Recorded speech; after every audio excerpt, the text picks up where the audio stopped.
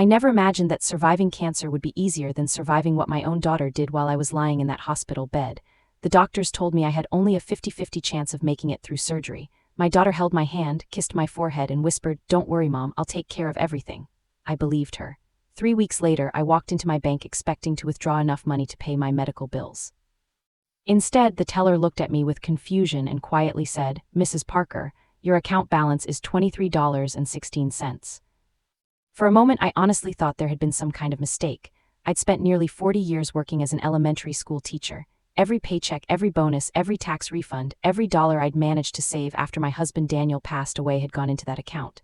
It wasn't millions, but it was enough to let me grow old without becoming a burden to anyone. Almost $380,000. Gone. "I'm sorry," I said, trying to smile through the fog that chemotherapy still left in my head. "Could you check again? Maybe you opened the wrong account."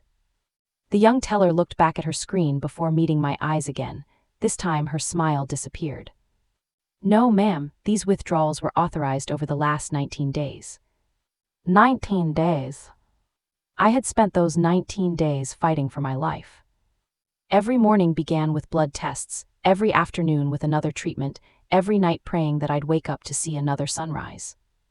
I never imagined someone else was counting those same days for an entirely different reason." The bank manager invited me into his office. His name was Richard, a gray-haired man about my age who spoke with the careful kindness people use when they know they're about to change someone's life. He placed several printed statements in front of me.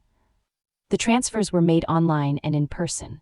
According to our records, your daughter, Emily Parker, was added as an authorized signer just before your hospitalization." I stared at the paper until the letters blurred together. "Emily? My daughter," I whispered. Richard nodded slowly. "The authorization documents appear to have your signature." I picked up the papers with hands that still shook from the chemotherapy. The signature looked like mine, almost.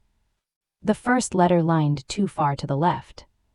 The final stroke was shorter than I always wrote it. Small differences. Tiny differences.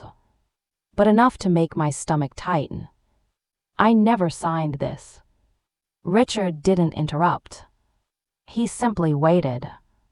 "I have only one daughter," I continued. "She's 39 years old, she's a nurse, she drove me to every appointment after I was diagnosed, she cried when the doctors explained the treatment plan, she promised she'd protect everything until I came home." Silence filled the room. Finally, Richard spoke. "Mrs. Parker, would you like me to print the surveillance photos from the in-person withdrawals?" I nodded without knowing why. A few minutes later, he returned holding several color photographs. The first one showed Emily standing at the teller window. The second showed her smiling. The third showed her carrying a large envelope as she walked out of the bank. She looked happy, not worried, not overwhelmed. Happy. I felt something inside me crack, but strangely, it wasn't my heart. It was trust. Because in that moment, I realized something even more painful than losing money. Someone doesn't smile like that while stealing from a stranger. They smile like that when they believe they'll never have to face the person they're stealing from. Richard gently slid another document toward me. "There is one more thing you should probably see." I looked down. My daughter's signature appeared next to several certified checks.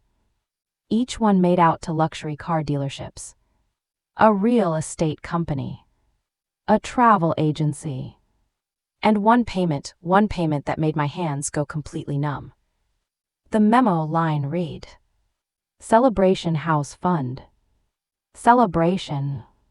While I was fighting to stay alive, someone had already started celebrating the life they thought was over. I kept staring at those words until they no longer looked like English. Celebration House Fund. It sounded less like a bank memo and more like a confession. Richard cleared his throat softly. "Mrs. Parker, would you like us to contact our fraud department?" I didn't answer right away. Instead, I asked the only question that mattered. "How much?" He looked back at the statement. $378,412. Every dollar. Not half. Not most. Every single dollar I had spent 40 years earning. The room suddenly felt too small. I reached for the edge of the desk to steady myself. Just 2 months earlier, I had been sitting in my oncologist's office listening to words no one is ever prepared to hear. It's cancer. Even now, I could still remember the silence that followed. Not because the doctor stopped talking. Because I stopped hearing him. Stage 3. Aggressive. Immediate treatment. Surgery. Chemotherapy. Months of uncertainty. When I finally told Emily, she cried harder than I did. She wrapped both arms around me and promised she would never leave my side. You've taken care of me my whole life, she whispered. Now it's my turn. I believed every word. After all, she was my daughter. The little girl who used to climb into my lap after nightmares. The teenager who cried herself to sleep after her father died. The woman who held my hand during my first chemotherapy session because I was too scared to walk into that room alone. Looking back now, I wonder which version of Emily was real. The daughter who held my hand. Or the woman signing withdrawal slips while I slept under heavy medication. Richard quietly handed me a bottle of water. I know this is overwhelming. I forced myself to take a sip. When was she added to my account? He checked another document. 24 days before your surgery. That didn't make sense. I never went to the bank. Our records show the paperwork was signed during a home visit by one of our mobile representatives. Home visit. I frowned. I never requested one. Richard's expression changed. What do you mean? I've never even heard of your mobile banking service. He slowly looked back at the computer. According to these notes, the appointment was arranged by your daughter. A strange memory suddenly pushed its way into my mind. About 3 weeks before my surgery, Emily had stopped by carrying a folder. She said there were hospital insurance forms that needed my signature before treatment started. I remembered feeling exhausted that afternoon. The medication already made me sleepy. She flipped through several pages so quickly I barely had time to read the headings. Just sign here, Mom. Then another page. And here. Another. And this one. I trusted her. Why wouldn't I? She was helping me prepare to fight for my life. Or so I thought. I looked at Richard. I think those weren't hospital forms. He didn't say anything. He didn't have to. The silence answered for him. Before leaving the bank, I asked for copies of everything. Every statement. Every withdrawal. Every signature. Every security photograph. Richard placed them neatly into a large envelope. As he handed it to me, he hesitated. I probably shouldn't say this. I looked up. But I've worked here 32 years. He paused. And whenever someone empties a parent's account this quickly, his voice became quieter. They usually believe that parent isn't coming home. The drive back to my apartment felt longer than usual. Since my surgery, I had been staying in a small, furnished apartment the hospital recommended while I recovered. Emily insisted my own house had too many stairs. She said it wasn't safe. At the time, it sounded reasonable. Now every decision she'd made suddenly looked different. When I opened the apartment door, something immediately felt wrong. The living room was unusually neat. Too neat. Almost as if someone had been there while I was gone. I walked slowly toward my bedroom. The closet door was open. Several shelves were empty. The small fireproof box where I kept Daniel's military medals. My passport. Our marriage certificate. And the original deed to my house. Was gone. I stood there in complete silence. Then my phone buzzed. Emily. For several seconds I simply stared at her name. Finally I answered. Hi, Mom, she said cheerfully. How was your follow-up appointment? I looked around the empty room. Then I quietly asked, Emily, why is my safe missing? There was a pause on the other end of the line. Not a long one. Just long enough. The safe, Emily asked, her voice suddenly less cheerful. What safe? The one that was in my bedroom closet. Another silence. Then she laughed. A small, nervous laugh. Oh, that, I moved it. You moved it? Yeah, I didn't want anyone breaking into the apartment while you were at the hospital. Where is it now? It's, in storage. What storage? I'd have to check. I closed my eyes. Emily had always been a terrible liar. Even as a little girl, she'd blink too much whenever she wasn't telling the truth. She was blinking now. I couldn't see her, but I could hear it in her voice. Emily? Yeah. Don't lie to me. She didn't answer. Instead, she changed the subject. Did the doctor say your treatment is working? That was when I knew. She wasn't worried about my health. She was worried about what I had discovered. I'm coming over, I said. Mom, today isn't really. I'm coming. I ended the call before she could stop me. Emily lived only 20 minutes away in a neighborhood she could never have afforded on a nurse's salary alone. As I pulled into the driveway, I noticed something that hadn't been there 3 months earlier. A brand new black SUV. Still wearing temporary license plates. I parked across the street for a moment. There was another unfamiliar vehicle in the driveway. A moving truck. 2 men were carrying expensive furniture into the house. Solid oak dining table. Leather sectional. Large screen television. Everything looked new. Very new. I slowly crossed the street. Emily opened the front door before I reached it. She looked surprised. Then uncomfortable. Mom. I looked past her shoulder. The living room had been completely remodeled. New hardwood floors. Fresh paint. Designer light fixtures. Furniture that looked like it belonged in a luxury magazine. When did all this happen? I asked quietly. She folded her arms. We've been saving. I nodded. On a nurse's salary. Her face hardened. You don't know everything about our finances. No, I don't. But I know my bank account. For a split second, every bit of color disappeared from her face. What do you mean? I went to the bank today. Neither of us spoke. Finally, she whispered. You went to the bank. I know about the money. Still nothing. I know about the transfers. Silent. I know about the withdrawals. She looked toward the kitchen, as if hoping someone else would save her. Instead, her husband, Brian, walked into the hallway carrying a cardboard box. The moment he saw me, he froze. Oh. Hi, Linda. His smile looked painfully forced. I looked from him to Emily, back to him again. Then I noticed something sitting on the hallway table. A small bronze urn.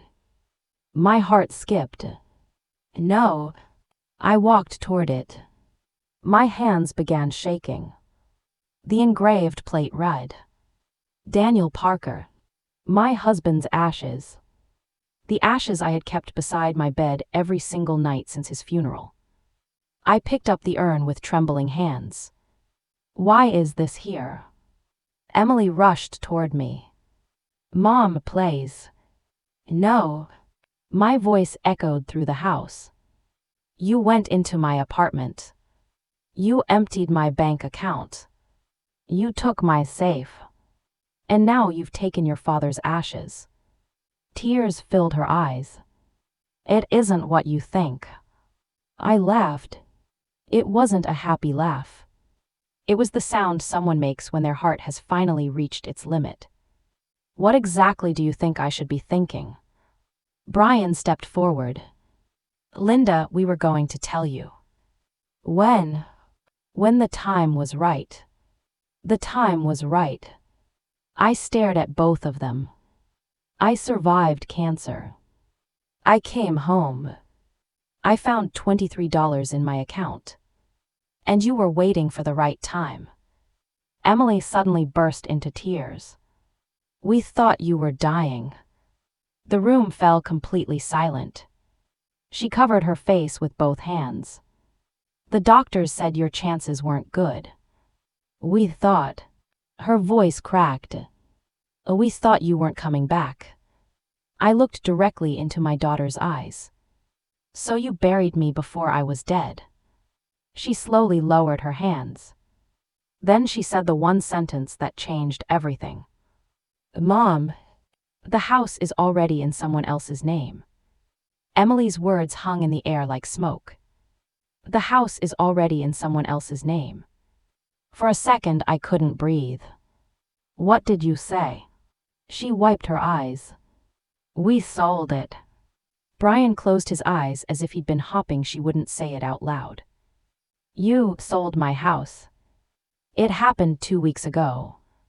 The house I've lived in for 34 years. She nodded. I looked at the wedding picture hanging in their hallway. It had been paid for with money I'd given them when they couldn't afford a reception. Every birthday gift. Every Christmas. Every babysitting weekend. Every sacrifice. Suddenly it all felt very far away. You had no right. Emily's voice shook. We had power of attorney. No. You had forged paperwork. She looked away. That was answer enough. I took Daniel's urn into my arms and walked toward the front door. Mom, I'm leaving. Please listen. I'm done listening. The next morning, I called an attorney named Rebecca Collins, a woman another cancer patient had recommended during one of my chemotherapy sessions. She listened without interrupting. When I finished, she leaned back in her chair. Linda, I've handled estate cases for 28 years. And I can already tell you something doesn't add up. She carefully examined every document from the bank. Then she stopped at one page. This signature. She slid it across the desk. Isn't yours. I knew it. But proving it requires evidence. Over the next month, Rebecca uncovered more than I ever imagined. The mobile banking representative who supposedly witnessed my signature admitted he had never actually met me. Emily had canceled the original appointment, then submitted the paperwork electronically using scanned documents. The signatures didn't match previous banking records. Even worse, Rebecca discovered that the house sale had been completed using the same fraudulent authorization. The buyers had no idea. They believed everything was legal. Just like the bank. Just like everyone else. The court hearing took place 7 weeks later. Emily never once looked at me. Brian couldn't. When the forensic handwriting expert testified that the signatures were forged, the courtroom became so quiet that I could hear someone coughing in the hallway outside. Then the judge spoke. The evidence clearly shows that Mrs. Parker never knowingly authorized these financial transactions. He turned toward Emily. You abused your mother's trust during one of the most vulnerable moments of her life. The bank was ordered to restore every remaining dollar that could be recovered. The fraudulent property transfer was declared void. Ownership of my home returned to me immediately. Emily and Brian were ordered to repay every cent they had taken. Additional criminal charges would be considered separately. I didn't smile. I didn't celebrate. There is nothing joyful about watching your own child lose everything because of choices they made themselves. 3 months later, I walked back into my house carrying Daniel's ashes. The living room smelled exactly the way I remembered. Old books. Fresh coffee. a little lavender from the garden outside. I placed Daniel back on the fireplace mantel. "I'm home," I whispered. For the first time in months. It actually felt true. Emily wrote me several letters. I read every one of them. Some blamed fear. Some blamed stress. The last one simply said, "I forgot you were still fighting to live while I was planning my future. I will regret that for the rest of my life." I still haven't answered. Maybe one day I will. Maybe I won't. Forgiveness isn't something you owe someone. It's something you choose when your heart is ready. Cancer taught me that life can disappear overnight. My daughter taught me that trust can disappear even faster. But surviving both taught me something else. The people who truly love you don't start dividing your life before you've finished living it. They sit beside your hospital bed. They hold your hand. They pray you'll come home. If someone starts counting your money before they start counting your blessings, they were never protecting you. They were protecting what they hoped to inherit. Today I'm cancer-free. I still water the roses Daniel planted every spring. I still drink my coffee on the front porch every morning. And every sunrise reminds me that I was given something far more valuable than the money I almost lost. I was given another chance to live. And this time, I know exactly who deserves a place in that life. If you were in my position, could you ever forgive a child who betrayed you like this? Let me know your answer in the comments, because I'd truly like to hear what you think.